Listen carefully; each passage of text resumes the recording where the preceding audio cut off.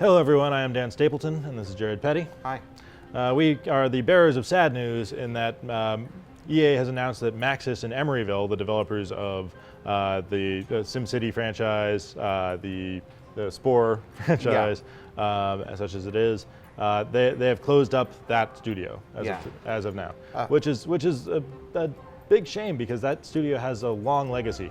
Yeah, Maxis has been around since the late 80s when they were formed to publish SimCity to multiple platforms. And ever since then, they've been working, bringing out different iterations on SimCity, but also some really interesting spin-offs. What's your favorite game out of that series? It's hard to pick a favorite. I mean, it's got to be one of the SimCities, probably SimCity 2000, but... you like 2000? That's your favorite?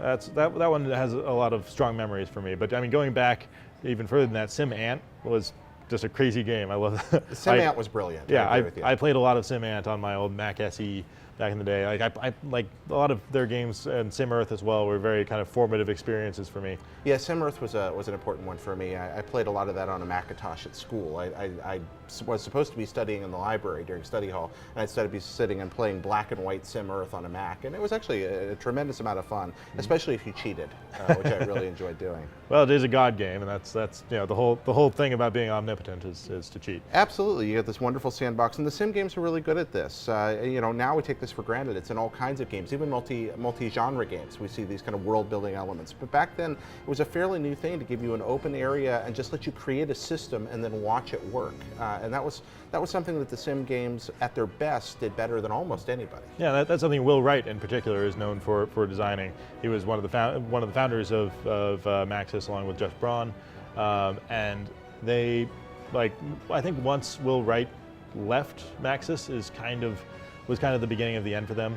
A lot of people think it was when EA purchased Maxis in 1997, but even after EA purchased Maxis, it still kept putting out good stuff.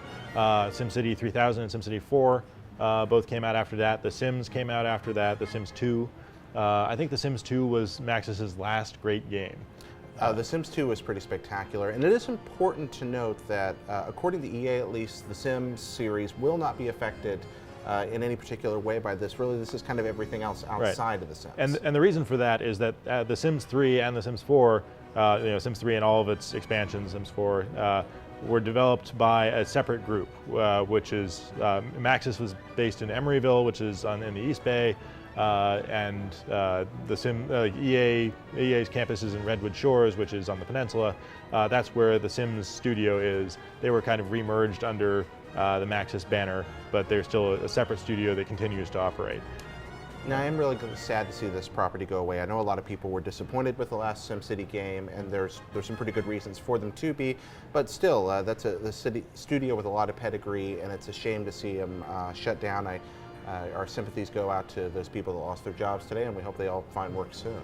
And in the long term, there is no reason they couldn't eventually bring back the SimCity franchise, but it would be a different group of people doing it, which would be I mean, hopefully they would do right by it, but it wouldn't be kind of the same.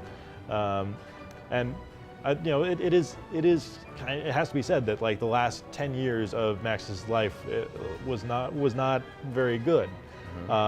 They had some really good ideas with, Spore is the big notable one. Sure. Spore was a bunch of fantastic ideas that just failed to come together. Yeah, Spore should have worked. I still can't quite figure out what went wrong because it seemed like such a wonderful idea. And that's it. And sometimes, nobody sets out to make a bad game. Nope. It just sort of happens sometimes. And nevertheless, there is hopefully some opportunity in the future for that franchise. SimAnt 2, please, whoever's watching. There was also, after Spore, there was Dark Spore, which everyone's already forgotten. I don't think you can even play it anymore because they had some always online stuff that was switched off. Oh, that always online, that always works out so well. Yeah, let that be a warning to everyone else. And then SimCity was, I guess, the nail in the coffin for them, which is, But because, I talked to those guys when they were developing it, and they were all super passionate about that. Again, it's just a shame it didn't work out like everyone wanted it to. Dan, you're a PC guy. Where do you steer people who are looking for a Sims-type experience fix now? What would you look at that's either fairly recent or in the pipeline that people might want to take a look at? Well, the Sims are going to keep going, but SimCity, there's actually another game coming out next week that's looking very good called Cities Skyline, or Skylines. We should have a review of that up shortly, but it looks very much like SimCity. It's extremely SimCity inspired, and it's kind of encouraging that like even if Maxis isn't around, that another game very much like it will kind of carry on that torch, because like yeah, if you sat somebody down in front of that and didn't tell them it wasn't SimCity, they might think it is a new SimCity game. So the genre will live on. Excellent. Do you remember the $1 Million Code?